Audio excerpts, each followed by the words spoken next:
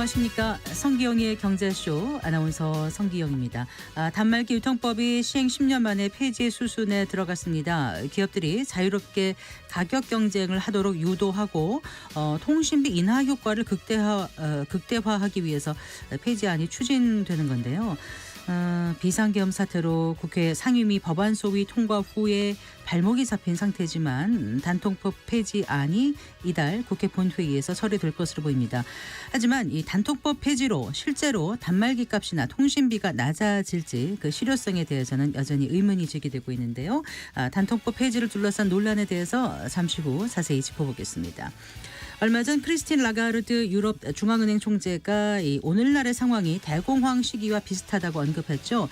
이유 중 하나로 혁신 열풍을 꼽았는데요. 혁신하면은 통상 인류에게 이로울 것으로 생각하는데 혁신 열풍이 왜 대공황의 원인이 됐다고 진단했을까요? 그렇다면 AI 등 새로운 기술 혁명을 우리가 어떻게 활용해야 할까요? 여기에 대한 해법 찾아보겠습니다. 이 시간 유튜브로도 함께합니다.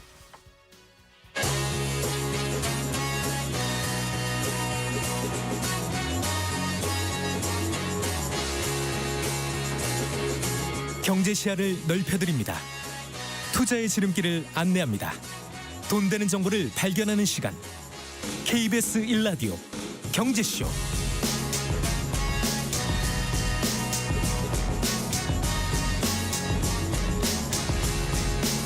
먼저 오늘의 주요 경제 뉴스 정리해드리겠습니다. 경제 뉴스 브리핑 손석우 경제평론가와 함께합니다. 어서 오십시오. 안녕하십니까. 안녕하세요. 자. 오늘 금융시장 크게 요동쳤죠. 네, 오늘 뭐 다들 뉴스 보셔서 아시겠지만 탄핵 정국이 뭐 하루 종일 급변하면서 상당히 금융시장이 불안하게 움직였을 겁니다. 코스피는 오늘 0.56% 13포인트가 하락을 해서요. 2,428포인트의 거래를 마쳤고요. 네. 코스닥은 1.43% 하락했습니다.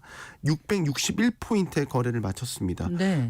사실 이제 오후 들어와서 지수 낙폭을 많이 줄이긴 했습니다. 하지만 오늘 아마 하루 종일 투자자들께서는 뭐 아주 마음을 졸이셨을 것 같은데 윤석열 대통령에 대한 탄핵 소추안의 국회 본회의 표결을 앞두고 전국이 급물살을 탔죠. 이 불확실성에 오늘 투심이 크게 흔들렸고요. 이에 따라서 하루 종일 지수가 출렁이는 모습을 보였는데요. 사실 오늘 출발만 해도 반등으로 시작을 했습니다. 하지만 오전 중에 급격히 지수가 급락을 하는 모습을 보였죠. 오전 10시 50분경에는 당시 코스피가 2,400선이 붕괴되기도 했었습니다. 네. 이유가 있었죠.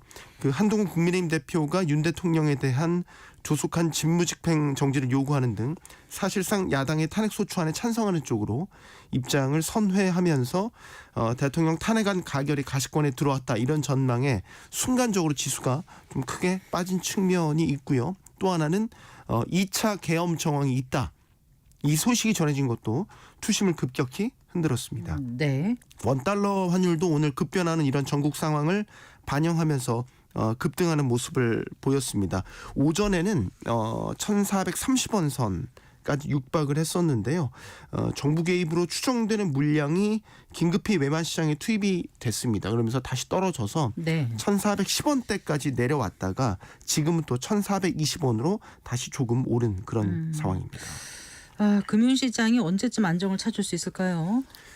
결국에는 탄핵 정국이 좀 수습이 돼야 되겠죠. 어느 방향이든 지금의 탄핵 정국이 매듭 지어져야 시장의 불확실성이 해소되기 때문에 안정을 찾을 수 있을 것으로 보입니다. 네. 아무래도 탄핵 정국이 장기화될수록 정치적인 불확실성뿐만 아니라 뭐 지금 예산안도 사실 제대로 심의가 되지 않고 있어서 이런 정책적 공백도 발생할 수 있기 때문에 뭐 단기적으로 보면 주가뿐만 아니라 특히 이제 외국인 투자자들의 이런 그 매도 물결 수급 변동성을 유발할 소지가 있다라는 게 많은 증권사들의 분석이고요.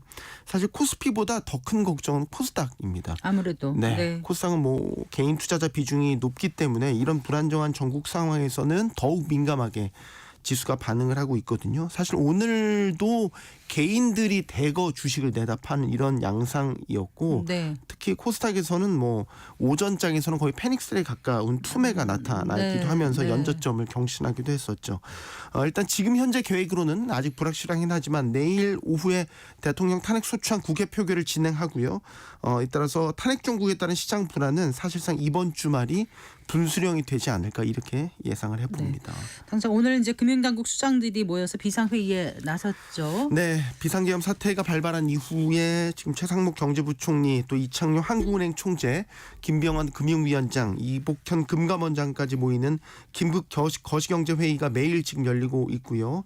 상황을 점검하고 시장 불안을 잠재우기 위한 메시지를 계속해서 내고 있는데 오늘 회의에서도 참석자들은 최근에 금융외환시장 전반적으로 안정적인 모습을 보이고 있다.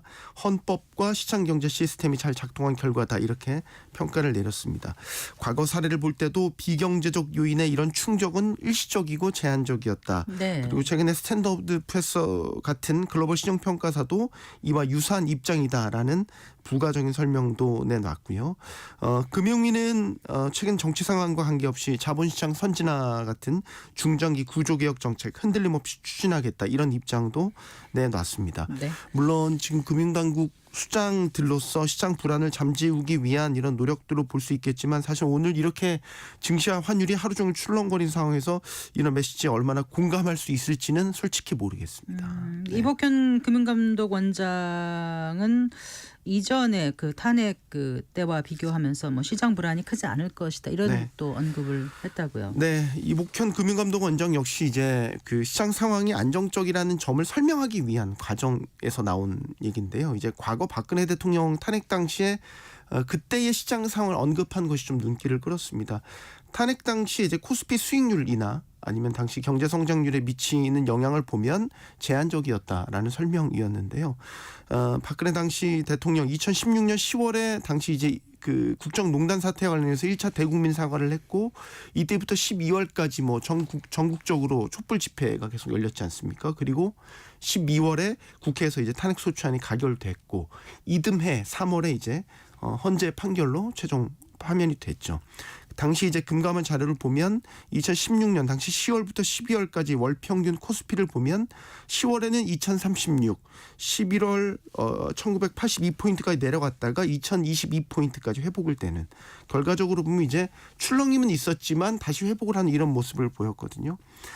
이복현 원장은 박근혜 전 대통령 당시 정치적 혼란 양상이 시장에 미친 영향은 크지 않았다. 그래서 현재도 급격한 쏠림 현상은 없고 금융사들의 유동성도 안정적으로 관리되고 있다. 이렇게 설명을 했습니다. 네. 자, 우리나라 경상수지가 6달째 흑자 기조 이어갔다고요? 네. 한국은행이 발표한 국제수지 잠정 통계에 따르면요. 지난 10월 경상수지 97억 8천만 달러 흑자로 집계됐습니다. 월별로 보면 이제 5월부터 해서 6개월 연속 흑자가 이어진 것이고요. 1월부터 10월까지 이제 누적 경상수지를 보면 742억 4천만 달러 흑자입니다. 1년 전과 비교해서 500억 6천만 달러나 흑자폭이 늘어난 거고요. 네. 경상수지 흑자는 역시 수출 호조 덕분입니다. 수출에서 수입을 뺀 상품 수지 10월에 81억 2천만 달러 흑자를 냈습니다. 네. 물론 전월에 비해서는 20억 달러 이상 흑자폭이 줄어든 것이긴 하지만 그래도 19개월 연속 1년 반 이상 흑자세를 이어가고 있는 것이고요. 네. 역시 우리 주력 수출 효자 품목들 반도체, 자동차, 철강 제품 위주로 수출 실적이 모두 선전하는 모습을 나타냈습니다. 올해 경상수지 달성 전망치 900억 달러 이 달성 가능성에 대해서 한국은행은 지금까지 수치들로 밀어봤을 때 네. 연간 전망치에 부합하는 흑자 흐름이 이어지고 있다라면서 달성이 가능할 것이다 이렇게 내다봤고요. 네. 비상계엄 사태 여파와 관련해서도 단기적인 시장 심리라든가 투자 심리에는 영향이 있겠지만 조기에 수습된 측면이 있기 때문에 경상수지에 미치는 영향은 제한적일 것이다 이렇게 분석을 했습니다. 다만 한국은행은 트럼프 미국 대통령 당선자의 관세 정책 같은 보호무역주의 강화에 따른 글로벌 교역 위축 가능성 때문에 네. 내년도 경상수지는 올해보다는 줄어들 것이다 이렇게 전망했습니다. 네, 잘 들었습니다. 고맙습니다. 감사합니다. 경제뉴스 브리핑 손서구 경제평론가와 함께했습니다.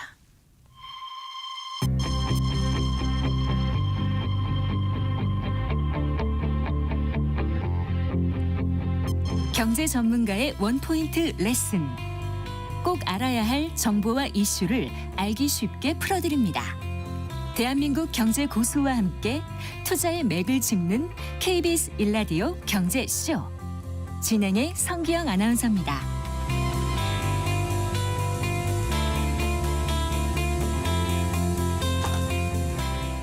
이동통신 단말장치 유통구조 개선에 관한 법률 이른바 단통법이 도입 10년 만에 폐지 수순을 밟게 됐습니다. 지난 2014년이었죠. 도입 당시에 이른바 이제 성지에 찾아가는 일부 소비자만 할인 혜택을 누리게 되는 이런 차별을 좀 해결하기 위해서 만들어졌는데 오히려 모두 비싸게 사게 됐다 이런 지적이 계속 있었습니다. 네, 10년 사이에 통신 시장인 어떤 변화를 겪었는지 좀 살펴보고 이번 단통법 폐지로 달라질 것들이 무엇인지 자세히 알아보겠습니다. 고려대학교 기술경영전문대학원의 이성엽 교수 스튜디오에 모셨습니다. 반갑습니다. 네, 안녕하세요. 안녕하세요. 자, 이 좀 이동통신 단말장치 유통구조 개선에 관한 법률 이른바 이제 단통법이라고 네. 이제 줄여서들 말을 하는데요. 이게 좀 그래요. 그 말도 많고 좀 탈도 많았던 것 같습니다. 처음 도입 당시와 다르게 네. 이게 이제 연내 폐지될 거라는 소식들 많이들 접하셨을 텐데 일단 단통법이 무엇인지 조금 자세히 설명해 주시고 네. 애초에 왜 만들어지게 됐는지부터 좀 네, 네. 살펴볼까요? 네. 그 단통법 2014년에 만들어졌고요. 네. 그때 목적은 이제 우선은 우리가 휴대폰 살 때 보조금을 받는데 이 보조금을 내가 이제 뭐 번호 이동이냐 아니면 기기 변경이냐 네. 또 어디에 샀느냐 또는 구입 시기에 따라서 차별이 너무 심해서 네. 일반 국민들이 이제 차별적인 보조금을 받는 게 큰 문제다. 네. 그래서 그런 차별을 좀 금지하자. 그래서 이제 어디에서 사든 언제 사든 똑같은 지원금을 받도록 하자는 게 네. 첫 번째 이유이고요. 두 번째는 이렇게 이제 번호 이동을 하면 이제 좀 보조금을 많이 주니까 네. 사람들이 계속 단말기를 바꾸니까 불필요하게 단말기 이제 소비가 늘어나서 네. 이런 부분이 좀 낭비가 생긴 문제가 있다. 그래서 부당한 차별적 지원금의 지급을 금지하도록 그래서 내가 얼마를 받을 수 있을지를 사전에 이제 지원금 같은 걸 공시하도록 하는 내용이 이제 단통법의 내용이 되겠습니다. 그러니까 이제 불투명하고 좀 차별적인 단말금 지원이 네. 지급이 되면서 이제 소비자 후생 배분이 왜곡됐다. 그걸 바로 잡아야 된다는 네, 그런 취지였고 겁니다. 네, 네. 불필요하게 이제 자꾸 단말기 교체하면서 가계통신비 증가와 지원의 자원의 낭비가 낭비가 초래됐다. 심했다. 그래서 이제 시작이 됐는데 네. 이제 딱 10년이 지난 네, 네, 거잖아요, 10년 됐죠. 교수님. 네. 그러면 당시의 목적, 그 재정 목적이 어느 정도 좀 달성이 됐다고 봐야 할까요? 그러니까 이제 우선은 뭐 이용자 차별은 상당히 해소된 것 같습니다. 지금은 뭐 단말기를 내가 어디 싸게 구입했다 이런 건 잘 없잖아요. 네. 거의 이제 비슷한 가격으로 이제 구입을 하니까 차별이 해소됐고 또 가계통신비 중에서 우리 이제 그 전체 소비에 차지하는 비중도 좀 떨어졌습니다. 그래서 네. 원래 한 가계 소비 지출 중에서 6% 정도가 통신비였는데 법 시행 단통법 이후는 시행 전에 네, 근데 지금은 한 5.2% 정도로 해서 결국은 이제 통신비 비중이 좀 부담이 줄어들었다 네. 이렇게 좀 볼 수 있을 것 같습니다. 네. 그런데 이제 만들어진 직후부터도 논란이 꽤 많았습니다. 그 이제 논란을 좀 하나씩 짚어볼까요? 어떤 네네. 논란이었죠, 우선? 그러니까 이거 만들어 난 다음부터 이제 사실은 결국은 이게 소비자 단말기를 구입할 때 이제 초기 비용이 좀 부담이 된다. 이제 네. 보조금을 이제 못 받으니까. 네. 그래서 결국은 이 단통법이 어떤 사업자들의 자유로운 좀 경쟁을 막는 거 아니겠느냐. 그래서 소위 단말기 구입 부담도 커져서 좀 어려운데 네. 이게 지금 현재 우리 통신사는 보면 요금이나 품질은 거의 차이가 없잖아요. 그럼 유일하게 경쟁할 수 있는 수단이 이제 일종의 보조금 지급인데 네, 네. 이것도 이제 막혀 있으니까 네. 결국 이렇게 경쟁이 없다 보니까 사업자들이 이제 실제로 보조금에 대한 비용을 줄여서 네. 영업이익이 좀 더 늘어나고 하는 그 소비자에게 크게 뭐 혜택이 없는 거 아니겠냐. 차별이 없어진 건 맞는데 네. 큰 실제 틀에서 볼 때 다 같이 소비자 후생이 좋아졌느냐, 증대됐느냐 하면 아닌 거예요. 그렇죠. 그런 면에서 보면 단말기 구입 부담들이 자꾸 늘어나고 있으니까 네. 여전히 소비자들은 좀 실제로는 전체 이제 통신비는 뭐 줄어들지 않는 그러니까 일종의 이제 그런 이제 통신 요금 자체는 좀 줄어들었는데 네. 통신비에서 차지하는 단말기 구입 비용이 자꾸 커지니까 네. 이 부분이 좀 부담이 되고 있다 이렇게 볼 수 있을 것 그러니까 같습니다. 보조금이 줄어들어서 단말기 가격은 올라갔고 네. 또 사업자들은 영업이익은 올라갔는데 그렇죠. 과연 소비자들한테는 뭐가 좋으냐 뭐 이 문제가 그렇죠. 이제 그렇게 논란이 이제 네네 그런 게 문제 의식이 돼가지고 이제 네. 법을 폐지하자 이런 논의가 나왔습니다. 네. 그러면 이제 단통법 그 폐지가 되면 어떤 효과를 기대할 수 있는 건지 그냥 단순히 10년 전으로 돌아가는 건 아닐 테고요. 이번에 이제 단통법 폐지안이 26일 국회 과학기술정보방송통신위원회 전체 회의에서 여야 합의로 이제 네, 의결이 네. 됐고 이게 법제사법위원회 거쳐서 원래 이제 12월 본회의에서 상정 그렇죠. 의결될 네. 예정인데 지금 좀 복잡한 상황이라서 약간 그렇습니다. 좀 미뤄지고는 네, 네. 있는데 네, 네. 그 안에 폐지 안에 담긴 건 어떤 내용이에요, 교수님? 지금 그 한 4가지 정도 내용이 들어가 있는데요. 네. 우선은 그 이 통사가 이제 지원금을 받지 않고 이제 통신 서비스에 가입하는 이용자에 대해서는 이제 요금 할인을 제공한다. 이게 소위 이제 지원금을 대신한 이제 선택 약정 할인이라는 거. 네. 원래 이제 그 보조금을 받지 않으면 이제 요금을 할인하는 걸 우리가 택할 수가 있잖아요. 네. 근데 법이 폐지되면 그것도 다 없어지는데 근데 그 선택 약정을 통해서 나는 보조금 받지 않고 요금 할인 받겠다는 내용은 여전히 살아 있도록 그렇게 하는 걸 전기통신사업법에 넣어놨고요. 두 번째는 아까 가입 유형이나 구입 시기나 장소에 따른 차별은 이제 그 할 수 없도록 그렇게 또 하고 있고 그 외에도 뭐 거주 지역이나 나이, 신체적 조건 등을 이유로 하는 차별적 지원금은 금지하는. 제가 말 잘못했는데요. 아까 구입 유형이나 구입 시기나 구입 장소에 따른 차별은 이제 가능해졌고요. 그러니까 번호 이동이라든가 신규 가입, 그렇죠. 뭐 기기 변경 이런 가입 유형 네. 등에 따라서 차별이 가능해졌고요. 그러니까 원래는 지원금을 다르게 책정할 수 없도록 없도록 했었는데 됐는데, 그게 네. 이제 없어진다는 네, 거죠. 대신 이제 그런 차별은 없어지는데 거주 지역 그런 차별은 허용을 하되 거주 네. 지역이나 나이 또는 신체 조건을 이용하는 차별은 여전히 금지되는 걸로 이렇게 됐습니다. 그리고 네. 그 중고 단말 안심 거래 사업자 인정이라는 걸 통해 가지고 네. 우리가 중고 단말기 샀을 때 좀 이제 불안한 부분이 있는데 인정한 사업자들이 거래를 해서 안심하게 중고 단말기를 구입할 수 있도록 좀 저렴하지만 그러니까 이게 중고이기 때문에 좀 이제 약간 불신이 있는 부분들을 네. 정부가 좀 해결하는 방안도 도입하고요. 네. 네 번째로는 이제 이 통사하고 또 우리 삼성 같은 단말기 제조업자들에 대해서 그 판매량이나 지원금 또 장려금에 대한 규모를 제출하도록 하는 이 4가지 정도가 중요하게 이제 법 개정안에 그 들어갔습니다. 공시 지원금 제도라든가 추가 지원금 상한 규제는 없애는 거. 그렇습니다. 네, 네, 네. 그리고 그 일부 이용자 후생 보호 조항을 전기통신사업법 개정안으로 승계하는 내용이 핵심이라는데 이건 무슨 그게 얘기예요? 아까 말씀드린 선택 약정 할인에 관한 내용입니다. 그게 그거고요. 네. 알겠습니다. 이렇게 그 공시 지원금 제도라든가 추가 지원금 상한 규제가 사라지면 이제 네. 통신 사업자들은 이제 지원금을 자유롭게 지급할 수 있게 되니까 결국 그 경쟁이 그 촉발될 것이다라는 네네. 거죠. 네네. 그러면은 경쟁이 활성화되면 단말기 비용과 통신비는 낮아질 낮아질 수 거라는 있다는 그런 기대를 가지고 있는 기대를 거죠. 갖고 있는데 네네. 그러니까 단통법이 만들어질 때도 기대와 달리 또 다른 게 네, 나타나고 네, 네, 네. 이번에 또 폐지를 하면서 또 기대했는데 그거와 다른 게 나타날 수도 있지 않나라는 생각도 벌써부터 하게 되는 건 너무 부정적인 접근인가요? 근데 이제 어떨까요? 이게 이제 결국은 이제 단말기 보조금을 많이 쓴다는 건 가입자를 더 유치하려고 하는 통신사들의 이제 마케팅 경쟁인데 네.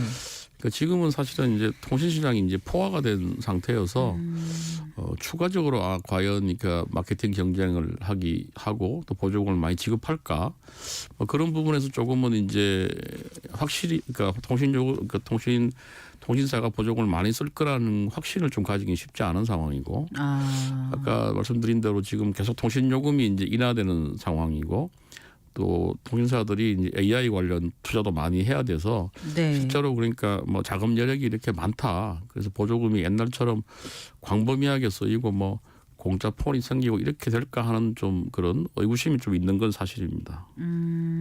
그러면 생각보다는 소비자 체감 통신비가 확 낮아지진 않을 수도 않을 수도 있다는 게 이제 뭐 저희 전문가들이 이제 보면 심지어 높아질 수도 있다고 얘기하는 건 왜 그렇습니까? 높아질 것 같지는 않고요. 그래요? 일단 일부러도 경쟁이 생기게 되기 때문에 네. 좀 낮은 가격으로 해야지 소비자들이 넘어오니까요. 뭐 그런 면에서는 아마 그렇게 높아진다고는 예상하기 좀 어려울 것 같습니다. 예. 그 장려금 제출을 강제하는 조항이요. 네네. 그건 어떻습니까? 그게 이제 지금 제조사 같은 경우에 네. 삼성 같은 경우가 이제 또 별도로 이제 장려금을 지급하거든요. 근데 그게 이제 이게 제조사가 지급했는지 이통사가 지급했는지 사실은 규모를 정확히 모르고 있었는데 네. 이번 법안에서 제조사 장려금도 이제 규모를 이제 제출하도록 이렇게 의무화하는 내용이 들어갔습니다. 네. 그래서 삼성은 사실은 이제 우리 국내 시장에서 단말기를 독점 공급하고 있고 애플이 애플. 이제 유일하게 경쟁자인데 네. 애플은 사실은 판매 장려금을 지급하지 않고 있거든요. 그래서 우리가 만약에 이 법안이 이제 통과되면 장려금을 지급을 하지 않을 가능성이 또 있지 않느냐, 삼성 입장에서는. 왜냐하면 그렇게 되면 이제 해외에서도 다 그런 이제 좀 압박을 받게 될 거고 해서 이 조항 때문에 오히려 이제 소비자에게 돌아갈 수 있는 장려금 규모가 좀 줄지 않겠냐는 뭐 그런 전망도 좀 가능할 걸로 이렇게 보입니다. 단통법 폐지로 인해서 짚어봐야 될 다른 문제는 없을까요? 혹시 이제 이용자와 판매자 간의 이제 정보 비대칭으로 인해서 이전처럼 소위 뭐라 그러죠? 호갱이라고 하는 뭐 그런 것들요. 그래서 이것도 사실은 네. 이제 결국은 뭐 아무래도 좀 취약계층들, 네. 뭐 어르신들이나 이제 이런 분들은 단말기를 되게 싸게 구입하는 게 어려워지고 네. 젊은 층만 계속 이제 싸게 구입하게 되는 문제가 생기지 않을까. 그래서 예전에 이게 문제가 많이 됐거든요. 네. 그래서 그런 현상이 좀 나타날 수도 있을 것 같아서 근데 그런 부분은 이제 뭐 공시제도를 좀 더 철저하게 보완해서 많은 사람들이 이제 어느 지역에서 어떤 시기에 보조금을 쓰는가를 좀 알 수 있도록 한다든가 이런 게 필요할 것 같고요. 네. 또 한 가지는 최근 알뜰폰이 이제 가입자가 상당히 늘어나고 네. 있는데 이제 알뜰폰 좀 이제 규모가 영세하니까 네. 보조금을 많이 쓸 수 없잖아요. 네. 그런 면에서 보면 알뜰폰이 이통 3사와의 경쟁에서 좀 더 어려워질 수 있다. 이런 부분도 좀 사실은 문제가 될 수 있을 것 같습니다. 그러면 정부가 이제 경쟁 활성화하겠다는 차원에서 하는 건데 그 네. 경쟁의 한 축이 오히려 약간 좀 무너질 그렇죠. 수도 좀 있지 어려질 수 않나. 있는 부분이 있는 거죠. 그런 우려도 있네요. 또 한 가지는 이제 우리 대리점들이 이제 결국은 이렇게 되면 또 뭐 사실은 좀 어려워질 수 있는 그런 문제도 있습니다. 그래서 대리점이 어려워진다는 건 왜요? 그 이제 대리점도 이제 계속 그 이제 그동안은 그 이제 상당히 그 이 보조금 같은 걸 통해서 여러 가지 이제 자기들이 추가적으로 지원금도 주고 해서 경쟁을 했는데 네. 근데 경쟁할 수 있는 그런 이제 그 자금력 같은 게 좀 떨어진다고 봐야 되겠죠. 네. 그럼 총론적으로 볼 때 교수님께서는 이번 단통법 폐지에 대해서 어떻게 보시는 거예요? 저는 뭐 이게 이제 기본적으로 마케팅을 제한하는 거기 때문에 법상 금지하는 마케팅을 나라가 제한하는 거. 네. 이 법상 이게 금지하고 있는 나라가 없어서 네. 원칙적으로는 이런 규제는 사실은 철폐하는 게 맞다고 생각이 들고요. 다만 이제 요 이제 단통법 폐지 말고도 뭐 다른 알뜰폰 정책이나 또 무슨 그 작업제와 같이 뭐 단말기와 서비스를 좀 분리한다든가 하는 여러 가지 다른 정책들도 고려해서 좀 진행하면 좋겠다. 그런 건 그리고 아직 담겨져 있지 않는 거예요. 아직까지 그 논의 중에 있는 그런 상황입니다. 그리고 특히 그래요. 이제 다시 옛날로 돌아가서 이제 호갱이 생기고 하게 되면 또 차별에 대한 문제가 되게 커질 것 같아서 네. 그런 부분을 그러면 사후적으로 어떻게 좀 규제할 수 있겠느냐. 그것도 좀 고민해야 될 것 같고요. 예, 계속 말씀해 네, 주신 그런 것들을 좀 고려하면서 우리가 정책을 해야 되지 않나 생각하고 있습니다. 그 단말기 유통법 같은 경우는 다른 나라에서는 없습니다. 예. 아예 없나요? 예, 없습니다. 그러니까 아. 공시지원금을 뭐 공시를 하도록 하고 차별을 못하게 하는 거니까. 네. 예. 알겠습니다. 근데 이제 이게 말이 좀 어려워서 네네. 그 또 이제 이게 젊은 분들은 많이 이해가 좀 쉬울 네네. 수도 있는데 연세 드신 분이라든가 아까 말씀하신 고령자라든가 네네. 그런 분들은 막 헷갈려 가지고요. 자녀들한테 가서 같이 해줘 이러지 혼자 가서 하기 힘드실 정도로 네, 복잡하다고 네, 네. 생각하거든요. 그래서 하나 더 여쭤보면 아까 그 전기통신사업법 일부 개정안 네. 그거를 좀 이해 못하시는 분들이 계실 것 같아서요. 네. 그 제조사 장려금 관련 자료 제출 의무 조항 네. 이게 생기면 어떻게 된다는 거라고요, 교수님? 아니 그러니까 지금도 제조사 장려금은 지급을 네. 하고 있긴 한데 추가되는 그건 이 통사하고 이제 예. 협의해서 예. 그래서 이제 이게 요거는 이 통사가 지급하는 거고 요거는 제조사가 지급하는 걸 외부에서는 모릅니다. 모른다고요. 모르는데 네, 이제 네. 국회에다가 제조사가 얼마를 내는지를 이제 제출을 하게 하는 거거든요. 하게 되면 네. 그 삼성 입장에서는 이제 자기가 얼마만큼 장려금을 쓰고 있다는 걸 외부에 알리기 실차 영업 비밀에 해당하는 부분이어서 네. 그러면 좀 더 줄이려고 할 수 있지 않을까 아니면 안 쓸 수도 있지 않을까 하는 뭐 이런 좀 우려들이 있어서 네. 이게 의무화 되는 게 과연 그 소비자 입장에서 유리한 것인가 뭐 그런 네. 부분에 대한 좀 논란이 있는 그런 상황입니다. 그러니까 그 알뜰폰 시장을 위협할 수 있는 그 부분은 어떻게 해결할 수 있는 거예요, 그러면요? 그래서 그거는 뭐 결국은 이제 그 알뜰폰이 좀 자생력을 가지고 좀 대형화를 통해 가지고 이통사사와 실제로 좀 경쟁할 수 있도록 좀 체급을 키우는 방향으로 가야 되지 않을까. 왜냐하면 이제 너무 영세하기 때문에 영세한 사업자들이 보조금과 경쟁을 하기 힘들잖아요. 이통사하고는요. 그럼 결국 이게 이제 좀 대형화될 수 있도록 해야 된다. 네. 지금은 영세한 사업자가 너무 많은데 알뜰폰 사업자들은 지금은 신고만 등록만 하나요? 등록만 하면 허가 받는 게 아니죠. 아닙니다. 등록만 네. 하면 될 수 있게 돼 있습니다. 네. 몇 개 업체 정도 지금 난립해 있는 지금 거죠? 아마 제가 정확 규모는 모르겠는데 네. 하여튼 수십 개 규모가 됩니다. 예. 그래서 이제 알뜰폰 사업자들은 기본적으로 이제 이 통사한테 이제 도매 대가라는 걸 이제 받아가지고 네, 네, 하는데 맞습니다. 네. 도매 대가를 정부가 인하를 하니까 이제 네. 그걸로 수익을 계속 내왔거든요. 네. 그러면서 이제 그게 계속 지속 가능하기가 쉽지 않다. 그러니까 정부가 개입해가지고 이제 가격을 싸게 해주는 거니까 도매 요금을. 네. 그래서 이제 저는 이제 이게 좀 그 대규모로 해서 좀 그러니까 M&A를 통해서 그러니까 대형화하는 방식으로 가야 되지 않겠느냐. 그걸 원할까요, 알뜰폰 업체들은요? 그래서 그게 쉽지 않죠, 사실은. 그 작은 사업자들이 현재 상태로 가는 게 좋은데. 네. 근데 이게 이제 나중에 뭐 서비스와 관련해서도 소비자들 불만도 많고 이래서 네. 방향성을 그렇게 가져가야 된다고 그렇게 보고 있습니다. 알겠습니다. 사실 단말기가 굉장히 비싸다는 생각을 늘 해요. 그렇죠. 예. 네. 그리고 이제 월 통신 요금 이것도 좀 만만치 않거든요. 네, 네. 이제 뭐 묶어서 하는 여러 가지 요금제가 있긴 하지만은 그래도 가게 살림에 꽤 부담이 되는 건 사실인데 다른 나라는 어떻습니까? 우리나라 통신 요금이 워낙 품질이 좋고 서비스가 좋아서 비싼 건지 아니면 그 품질에 비해서 괜찮은 건지 이걸 잘 모르겠어요. 그래서 이건 사실은 뭐 또 소비자 단체하고 좀 생각이 좀 많이 다르긴 한데요. 네, 네. 뭐 정부에서 발표하고 뭐 저도 이제 이렇게 자료 같은 걸 보면 실제로 그 통신 서비스 요금, 통신 요금 자체는 이제 계속 인하되어 왔고 그래서 이제 국제적으로 비교해도 되게 낮은 수준입니다. 네. 작년 11월 25일 날 OECD가 발표한 자료에 보니까 우리 한국 그 이동전화 요금이 이제 네. OECD 38개국 중에서 최대 두 번째 내 최소 10번째로 저렴한 걸로 이렇게 나타났거든요. 최대 몇 번째 두 번째에서 최소 10번째로 각각 저렴하다고요? 이제 네, 저렴하게 나타났습니다. 네. 그래서 이제 그 품질을 또 대비하면 사실은 이제 그 이게 낮은 수준을 이렇게 볼 수 있는데 네. 그 문제는 우리 이제 소비자들은 이제 그 단말기를 할부로 구입하거나 이러면 그 할부 요금도 다 이제 통신 요금으로 인식하는 그냥 그러니까 통신비가 이제 구성되는 게 통신 요금이랑 통신 그 단말기 요금이잖아요. 네. 이 두 개인데 통신 요금은 좀 낮아지고 이제 합한 게 통신비. 네, 통신비 예. 개념인데 네. 그걸 이제 분리해서 생각을 하니까 근데 또 단말기 요금은 사실은 이제 제조업체가 정하는 거잖아요. 예. 근데 우리 단말기 요금이 계속 올라왔어요. 그게 예. 문제가. 그래서 뭐 이번에도 갤럭시 6 폴더 같은 거 보면 270만 원까지 지금 가거든요. 그래서 이제 이게 그래서 결국은 이게 뭐 애플은 그러면 싸냐? 애플은 싸지는 않잖아요. 네. 그래서 단말기 요금이 이제 단말기 가격이 워낙 세니까 어떻게 하면 단말기 가격을 좀 낮출 수 있을까 이런. 네. 사실은 뭐 제조업체가 만드는 물건의 가격을 낮추려면 방법은 뭐 경쟁을 활성화하는 수밖에 없잖아요. 네. 그래서 우리가 이제 뭐 외산 단말기를 좀 더 들여온다든가 예. 또는 뭐 중고 단말기를 좀 활성화한다든가 이런 것도 좀 고려해야 되지 않겠느냐. 그렇지 않으면 뭐 삼성 하나밖에 없는데 우리나라 같은 경우에 그 단말기 가격을 내릴 요인이 없는 거겠죠.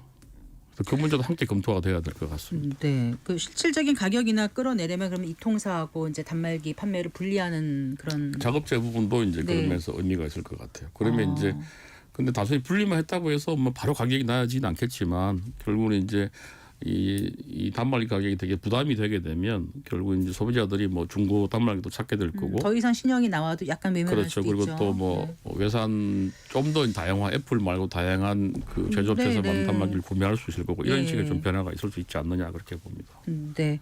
자, 이제 어쨌거나 이번 정기국회에서 그 폐지안은 처리가 되겠죠.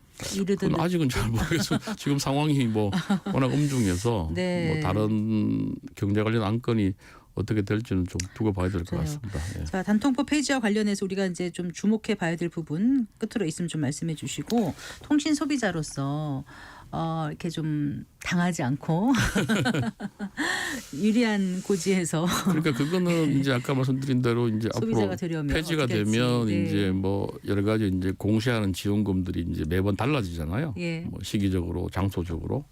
근데 그런 것들을 좀 뭐 정보를 잘 취득할 수 있도록 우선 이제 해야 된다는 게 중요할 것 같고 아까 이제 선택 약정 부분이 이제 사실은 어떻게 보면 네. 실질 혜택은 더 크거든요. 그래서 그런 이제 선택 약정 부분, 뭐 단말기는 내 돈으로 구입하더라도 뭐 선택 약정 부분을 좀 활용한다든가 뭐 이런 것도 방법이고 그리고 이제 뭐 중고 단말에 대해서도 사실은 우리가 조금 더 뭐 이렇게 아까 그 정부에서 이제 이렇게 안심하게 거래할 수 있는 사업자를 지정을 하면 그런 걸 통해서 사용한다든가 뭐 여러 가지 좀 방안들을 사용할 수 있을 것 같습니다. 네. 알겠습니다. 오늘 말씀 잘 들었습니다. 고맙습니다. 네, 고맙습니다. 네, 고려대학교 기술경영전문대학원의 이성엽 교수와 얘기 나눠봤습니다.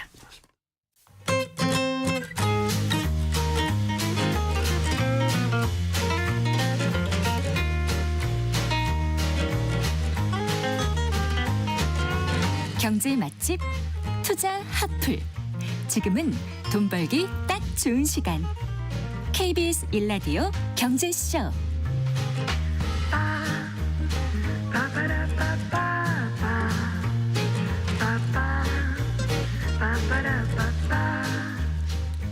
네, 디지털 기술의 혁신으로 새롭게 창출되는 상품과 서비스가 우리 경제와 일상에 미치는 영향에 대해서 알아보는 디지털 이코노미 순서입니다.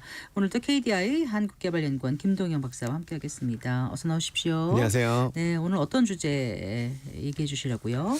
예, 오늘은 조금 어려운 내용일 수도 있는데요. 네. 이 디지털 전환 시대를 살아가는 오늘날에 우리가 이제 과거의 산업혁명 얘기를 꽤 많이 합니다. 사실 이제 고백하건대 4차 산업혁명이라는 용어가 나오기 전까지 네. 저는 그 이전에 3번의 산업혁명이 있는지조차 몰랐어요. 별로 신경 안 쓰셨던 거예요? 그 산업혁명 한 하면 번 아니요? 그러니까 증기기관만 혁명이지 뭐 또 다른 게 있었어? 네. 뭐 이제 이랬는데 이제 알고 보니까 3번이나 산업혁명이 있었다라는 걸 알게 됐던 거죠. 그래서 요약을 하면 그 증기기관이 등장했던 게 1차 산업혁명이고요. 전기의 등장으로 인한 것들이 2차 산업혁명, 그리고 네. 인터넷이 3차 산업혁명. 이제 4차 산업혁명이 재밌는데요. 아직 오지 않았는데 네. 혁명이 올 거라고 방점을 찍어놓고 전 세계가 이 방향으로 달려가고 있는 중입니다. 네. 그런데 이게 이제 분절적으로 이렇게 단순화해서 설명을 하다 보면 네. 마치 1차 산업혁명이 있다가 갑자기 2차 산업혁명이 오고 또 3차 산업혁명이 그냥 등장한 것처럼 보여요. 그 중간에 어떤 일들이 있는지는 잘 드러나지 않기 마련이거든요. 네. 근데 역사적으로 살펴보면 이 1차 산업혁명도 그 혜택이 그렇게 오래가지 못하고 끊기고 다시 불황이 왔다가 네. 2차 산업혁명이 태동하는 이런 반복적인 모습들을 보이게 됩니다. 네. 그래서 우리가 산업혁명 그 자체에 대한 이야기는 이렇게 저렇게 또 많이 해봤으니까요. 네. 오늘은 산업혁명과 산업혁명 사이에는 어떤 일들이 있었고 네. 그때 위기들은 또 어떻게 극복을 해 나갔는지에 대한 이야기들을 좀 나눠보려고 합니다. 네. 근데 기술혁명, 기술혁신이라는 게 이제 인류사를 크게 바꿔놨던 거잖아요. 근데 그렇죠. 말씀하신 1차, 2차, 3차 이제 우리 4차 진입하고 있는데 그런데 왜 크리스틴 라가르드 유럽 중앙은행 총재가 오늘날의 상황이 대공황 시기와 비슷하다고 경고를 했을까? 네. 이거 여쭤보고 싶었어요. 맞습니다. 사실 오늘 내용이 그 답일 수도 있는데요. 네. 그 라가르드 유럽 중앙은행 총재가 9월 21일이었죠. 워싱턴에 열렸던 IMF 강연에서 네. 1920년대하고 2020년대가 상당히 유사하다라는 이야기를 하면서 100년 전과 지금과 그렇죠. 예. 혁신 열풍에 대한 걸 한 가지를 꼽습니다. 네. 그러면서 이제 간단하게 설명을 해주신 게 당시에도 내연기관이나 이 컨베이어 벨트 조립 라인과 같은 생산성을 비약적으로 끌어올리는 기술들에 네. 비이성적인 투자들이 이루어지면서 거품이 꼈고 그게 네. 이제 대공황의 원인이 됐다는 건데 그게 오늘날의 AI 열풍하고 상당히 닮아 있다라는 겁니다. 그럼 지금도 이 혁신 열풍 과열됐다고 보는 부분이 있나 봐요. 그렇죠. 이게 또 경제 위기를 초래할 수 있다라고도 생각하시나 봐요. 그럼요. 이제 간단하게 말씀드리면 오늘 네. 이제 쭉 얘기를 하겠지만 일종의 거품이 꼈다는 거죠. 그 거품이 터지면서 경제가 무너졌던 과거가 있다라는 점을 지적을 했던 건데 네. 그럼 이제 우리한테 중요한 건 그 결과가 유사하다라는 것도 그렇지만 네. 도대체 어떤 과정이 있었고 어떤 또 과정을 통해서 그 위기를 극복했는가 네, 이에 대한 내용들을 네. 한번 살펴볼 필요가 있어서 네. 오늘 내용들을 한번 준비를 해봤습니다. 흥미로울 것 같습니다. 자, 그럼 과거에 어떤 모습이었죠? 돌아가 볼까요? 예, 일단 그 아주 상투적인 얘기부터 하겠습니다. 그 위기는 기회였던 겁니다. 네. 이 위기 때마다 경제 시스템들이 계속해서 변신을 하면서 이 발전을 도모해 가는데요. 경제사를 되돌아보면 분명 굵직한 위기가 존재를 합니다. 라가르 총재가 1920년대, 그러니까 30년대 대공황을 한번 지적을 했는데 네. 사실 인류에는 그 전에 한 번 더 위기가 있습니다. 1870년대 장기 침체가 먼저 한 번 오는데요. 짐작이 안 가요. 그 그렇죠. 당시. 네. 그러니까 인류가 한 3번쯤 겪는데요. 1870년, 1930년, 그리고 2008년. 네. 이렇게 세 가지의 큰 위기를 한 번씩 겪습니다. 근데 이때 이제 어떤 일들이 일어난지를 한번 살펴보려고 하는데 두 식의 공통점은 경제의 위기를 극복하는 시스템 전체의 변화들이 있었다라는 겁니다. 그것들을 이제 이론으로 승화한 학자들이 몇 명이 있었는데 네. 우리가 알고 있는 슌페터라는 학자들이 하나 있을 거고요. 학자가 네. 있을 거고요. 뭐 창조적 파괴라는 것들로 네. 이제 새로운 기술과 혁명적 산업이 다음을 준비하는 얘기를 했었고요. 네. 동시에 대해 또 하나의 거물이 이제 케인즈였습니다. 네. 위기 상황에서 벗어나기 위해서는 정부가 지출을 통해서 성장을 이끌어야 된다라고 네. 주장을 했던 거죠. 그러니까 네. 민간 분야의 소비와 투자뿐만 아니라 정부가 지출을 늘려야만 경제 위기를 극복할 수 있다라고 하는 당시로서는 굉장히 새로운 시스템적인 전환을 이야기를 했던 학자였던 겁니다. 시스템적인 전환 이게 지금 우리 시대에도 여전히 유효할지도 좀 궁금합니다. 그렇죠. 아직까지도 생명력을 가지고 끌고 왔는데요. 네. 케인즈의 이 정부 지출 중심의 정책 처방은 지금 우리가 방송하는 이 순간에도 빈번하게 쓰이고 있는 정책 처방입니다. 그렇죠. 네, 우리가 코로나19 팬데믹 때 정부가 직접 그렇죠. 돈을 풀었잖아요. 네.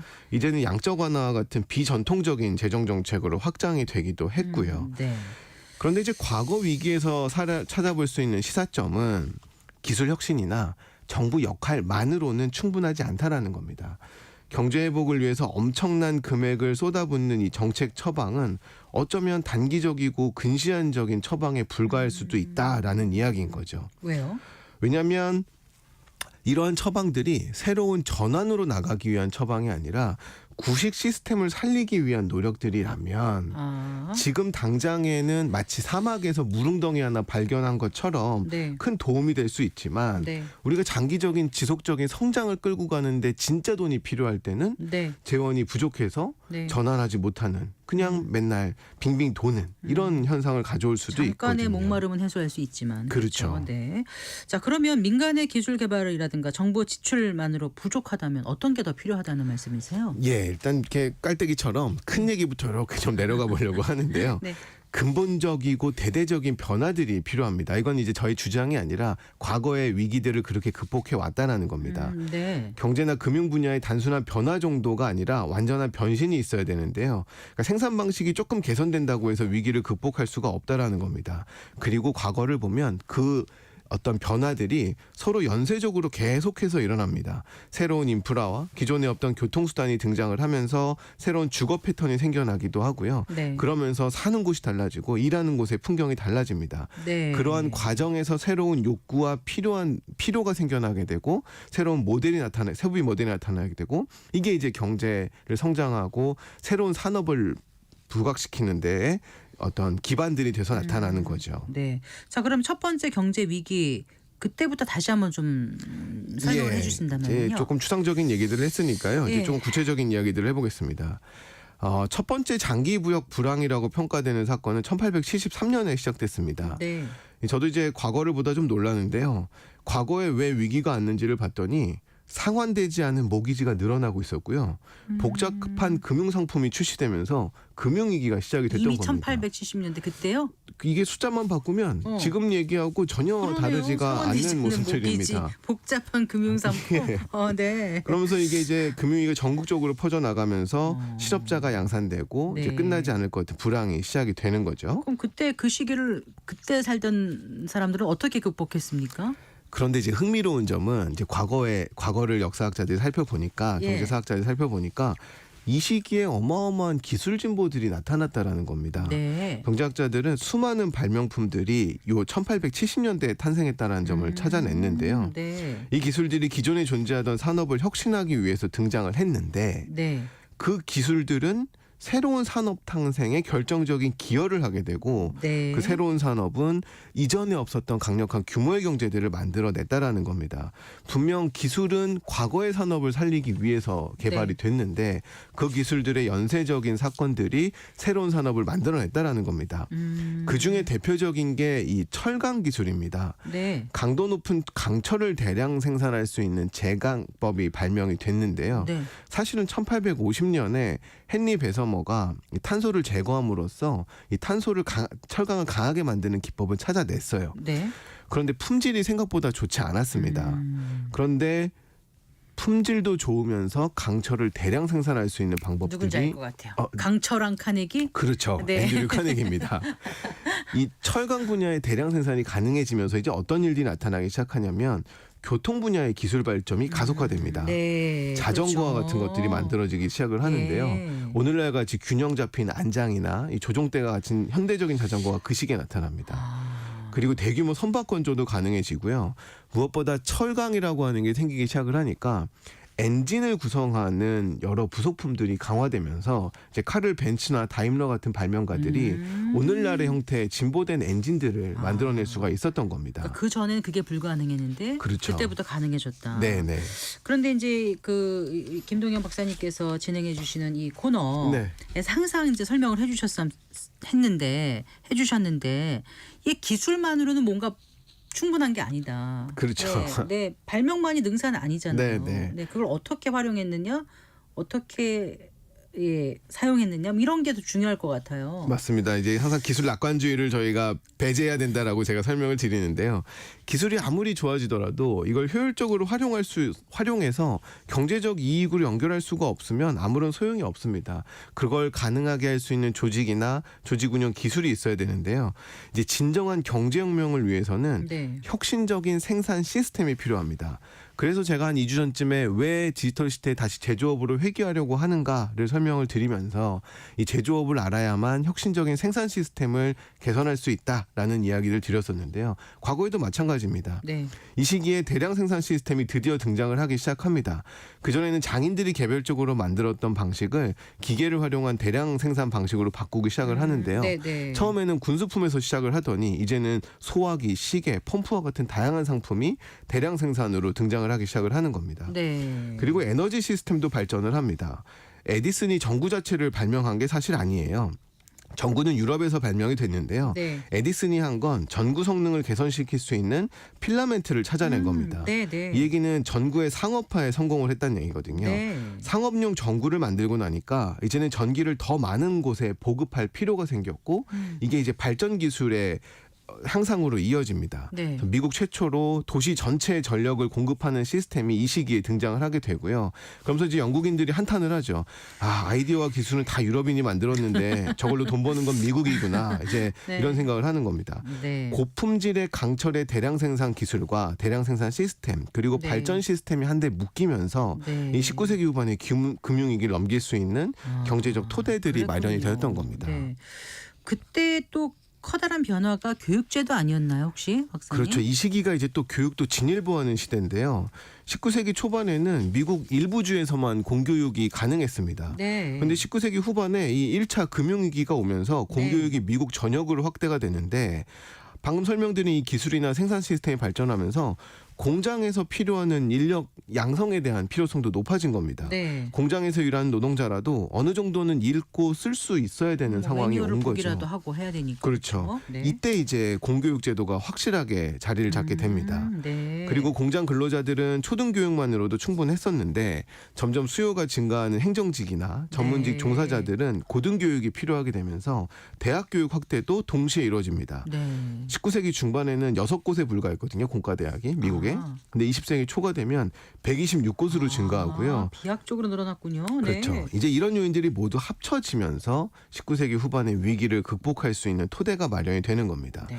요약하면 이 발전 요인이라고 하는 건 연쇄적인 혁신을 불러일으킨다라는 겁니다. 네. 그러면서 더 많은 공급이 가능해지고 생산성이 높아지면서 소득이 높아지면서 네. 다시 수요붐이 연결되고 네. 이러한 종합적인 효과들이 이 19세기의 금융위기를 극복할 수 있는 힘이 됐던 겁니다. 그러니까 1800년대 후반에 이제 첫 번째 위기를 이제 어쨌든 잘 극복한 거예요, 인류가. 네. 근데 두 번째 위기는 그럼 어떻게 와서 어떻게 극복을 했습니까? 예, 이제 이 부분도가 아까 얘기했던 유럽 중앙은행 총재의 지적입니다. 네. 분명 이런 기술이나 생산 시스템이 연쇄적인 혁신을 만들면서 공급과 수요의 붐을 만들어냈는데요. 네. 당시의 상황을 보면 대부분의 인구가 농촌에 살고 있었습니다. 그런데 공장은 도심 한가운데 있었거든요. 그러니까 앞서 설명했던 모든 것의 혜택은 도심과 그 주변 사람들만 볼 수 있었던 겁니다. 네. 전국에 흩어져 있던 이 생산 시설이 한쪽으로 다 모이면서 특정 주체들에게 자원이 몰리는 그러한 산업국가 형태가 돼버린 거죠. 네. 이런 생활 방식으로는 그 대부분에 살고 있는 농촌 사람들은 혜택을 볼 수가 없었습니다. 그러다 보니까 수요붐이 오랜 기간 지속되지를 못합니다. 네. 게다가 그 여러 중앙은행 총재가 얘기했던 것처럼 혁신에 의한 어떤 그 거품이 일부 산업 대기업 중심으로 쏠리다 보니까 아하. 양극화가 굉장히 심해지고요. 네. 그렇게 되면 이 또 돈을 번 주체들은 또 투기도 합니다. 금융상품이나 부동산에 대한 큰 돈을 당시 투자를 하게 이미 또, 되는 거죠. 네, 다 주어만 인류사는 바꾸면 계속 반복인 것 같아요. 똑같습니다. 네. 결국 거품으로 이어졌고 아. 거품이 터지면서 경제 대공황이 시작이 된 그 거죠. 얘기였군요. 그렇죠. 그러니까 혁신이 있었는데 이게 공황이 오는 거예요. 맞습니다. 네. 자, 그래서 그때 어떻게 극복했다고요, 박사님? 예, 이때도 이제 더 효율적인 생산 기술이나 시스템들이 등장을 했는데요. 역시나 똑같습니다. 기술이 등장했고 이걸 뒷받침하는 여러 생산 시스템들이 같이 발전을 하면서 위기를 극복하게 되는데 1차 위기 때 고품질 강철의 대량 생산이 가능했다면 이제는 합금이나 신종 플라스틱이 등장을 하기 시작을 합니다. 네네. 동시에 모터와 생산기계 장치에서 획기적인 기술 발전이 일어나면서 네. 생산 시스템이 바뀝니다. 이게 구체적인 형태는 어떤 거냐면 오늘날과 같은 컨베이어 생산 시스템이 네. 등장하기 시작을 하는 겁니다. 그럼 또 뭐가 바뀌냐면 과거에는 도심에 층층이 쌓여 있는 아주 큰 공장 형태였는데요. 이제는 컨베이어 벨트가 가능해지면 교외 지역으로 옮기면서 단층으로 된 대형 공장을 만들 수가 있었던 네. 겁니다. 이게 바로 우리가 알고 있는 포드식 대량 생산인 경영학할 때 겁니다. 이거 배웁니다. 그렇죠. 1장에 나옵니다. 네. 과학적 관리론 해가지고요. 맞아요. 네. 그래서요? 공장이 교외 지역에 자리를 잡게 되면서 네. 이제 공장을 따라서 많은 인프라도 같이 교외 지역으로 이전하게 됩니다. 네. 외곽 지역에도 이제 전력이 공급되기 시작을 하고요. 철도와 전차 노선도 생겨나게 됩니다. 네. 도시의 경계가 점차 넓어지는 거죠. 맞아요. 사람들도 점차 외곽으로 나갑니다. 음. 대공황 시기에는 집을 날린 사람도 굉장히 많은데요. 오히려 이 시기의 통계를 보면 네. 자가 보유율이 훨씬 더 높아집니다. 그래요? 왜냐하면 교외 지역에 이제 집을 살 수가 있으니까. 그 정부가 모기지 이때 시작하지 않았나요? 혹시? 맞습니다. 네. 그 여러 시스템이 뒷받침돼야 된다라는 게 교외 지역에 집이 많이 생겨도 이거를 살 수 있는 능력이 있어야 되니까 모기지라고 하는 대출 시스템이 이때 등장을 하면서 네. 사람들이 이제 집을 구입할 수 있게 됩니다. 그래서 1920년 이전에는 자가 보유율이 20%밖에 안 됐는데요. 50년에는 45%가 되고요. 60년에는 60%를 넘어서게 됩니다. 네. 집을 가지면 뭐가 좋으냐면 이제 의식주에 들어가는 비용이 줄어들어요. 네. 집세를 안 내도 되니까요. 그럼 의식주에 들어가는 비용이 예전에는 소득의 4분의 3 정도였는데 네. 60년대가 되면 절반으로 줄거든요. 그럼 소비할 여력이 생기네요. 그렇죠. 네. 그만큼 다른 물건을 살 수가 있게 되고 네. 가구, 가전제품, 자동차 산업들이 이때 발전을 하게 되는 겁니다. 그러고 보니까 위기가 그러니까 혁명이나 혁신이 있었는데 그게 이제 그 위기로 작용을 했지만 또 그걸 극복해가는 과정에서 그게 또 기회로 작용했고 맞습니다. 극복하는 우리 인류사였군요. 네. 네네. 오늘 좀 정리를 해주신다면은요. 네. 예, 우리가 이제 과거 위기에서 보면 시사점은 위기는 언제나 기회가 될 수 있다는 겁니다. 그런데 이 기회일 수 있었던 이 이유는 위기를 불러온 경제 시스템을 다시 고쳐 쓴 게 아니라 그것을 뛰어넘는 다음 단계로 전환했다라는 겁니다. 네. 그런데 전환은 기술 발전만으로는 부족하고 이 기술을 뒷받침할 생산 시스템의 발전, 네. 교육 제도, 근로자 보호 제도 이런 네. 모든 것들이 같은 방향으로 변화할 때 가능합니다. 네. 과거의 위기도 살펴보면 위기가 초래되었고 구식 제도가 붕괴되기 시작하는데 이 시기에 기업들과 소비자들은 투자 주치를 줄일 수밖에 없죠.